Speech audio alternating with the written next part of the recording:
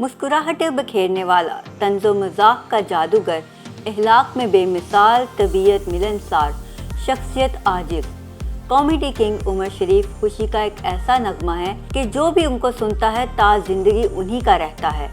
उमर शरीफ ने अपनी ज़िंदगी में वो तमाम रंग देखे और महसूस किए जो उनकी कॉमेडी में नुमाया होते हैं। उमर शरीफ 19 अप्रैल 1955 को कराची के इलाके लियाकताबाद में पैदा हुए। उमर शरीफ के वालिद एक कॉन्ट्रैक्टर थे, जबकि वालदा एक घरेलू खातून थी। चूँकि उमर शरीफ मारूफ कॉमेडियन मुनव्वर ज़रीफ से बहुत मुतासिर थे, इसलिए उन्होंने अपना नाम मोहम्मद उमर से उमर ज़रीफ और बाद में उमर शरीफ रख लिया, जो आगे जाकर उनकी पहचान बन गया।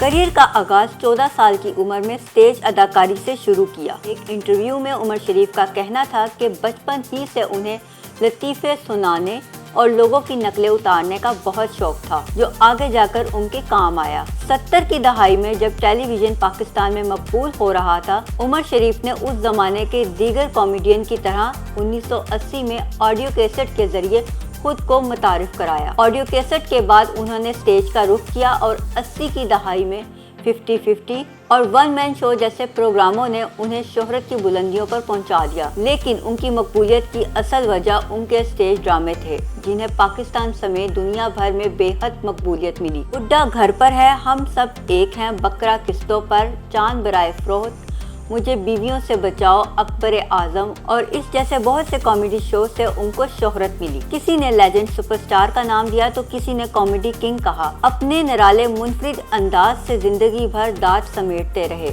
उन्होंने न सिर्फ अपने ज़माने के बेहतरीन अदाकारों मोइन अख्तर, मुजफ्फर निराला और इब्राहिम नफीस के साथ काम किया, बल्कि उन्होंने शकील सदीकी, सिकंदर सनम और सलोमी इन जैसे कई अदाकारों को भी स्टेज पर मुतारिफ कराया।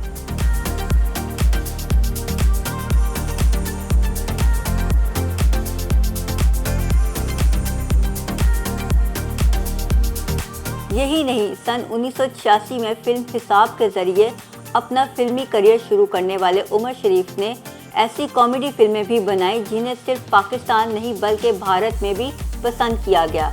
यही वजह है कि कम फिल्में करने के बावजूद उन्होंने 10 निगार अवार्ड्स हासिल किए। उनकी फिल्मों की वजह से 90 की दहाई में पाकिस्तान में सिनेमा कल्चर दोबारा शुरू हुआ। उमर शरीफ ने 1992 में मिस्टर 420 के लिए बेहतरीन डायरेक्टर और बेहतरीन अदाकार का कौमी अवार्ड भी हासिल किया। उमर शरीफ को तमगा इम्तियाज से भी नवाजा गया। पाकिस्तान में वो अपनी तर्ज के वाहिद अदाकार हैं जिसे ऑडियो कैसेट के जरिए मुल्क गिर मकबूलियत मिली और बाद में वीडियो कैसेट के जरिए उनकी शोहरत और मकबूलियत एक समंदर तो क्या 7 समंदर तक फैल गई।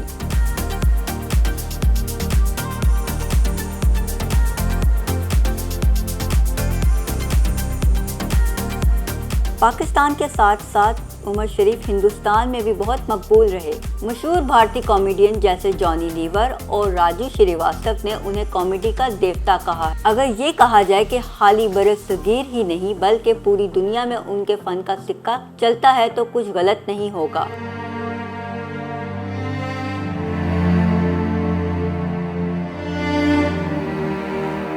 दुनिया भर में मुल्क का नाम रोशन करने वाले पाकिस्तानी फनकार उमर शरीफ अपने करोड़ों मदाहों को उदास छोड़कर जहाने फानी से कूच कर गए। उन्होंने 67 बरस की उम्र पाई। उन्हें इलाज की गर्ज से अमेरिका ले जाया जा रहा था कि रास्ते में तबीयत की खराबी के बायस उन्हें जर्मनी के एक अस्पताल में दाखिल करना पड़ा, जहां वो दौराने इलाज इस दुनिया से कूच कर गए। कंपेयर, अदाकार, सदाकार, स्क्रिप्ट राइटर, नगमा निगार, डायरेक्टर, गुलूकार, फिल्मसाज, कॉमेडी के बेताज बादशाह उमर शरीफ के मुंह से निकली हर बात, उनकी हर याद, उनकी हर परफॉर्मेंस हर दौर में याद की जाएगी। उमर शरीफ तो चले गए मगर उनकी यादें उनके मदाहों के दिलों में हमेशा ज़िंदा रहेंगी। शोबिस कहानियों के साथ ज़ारा ज़ैन को अगले प्रोग्राम तक के लिए इजाज़त दीजिए। अल्लाह हाफिज़।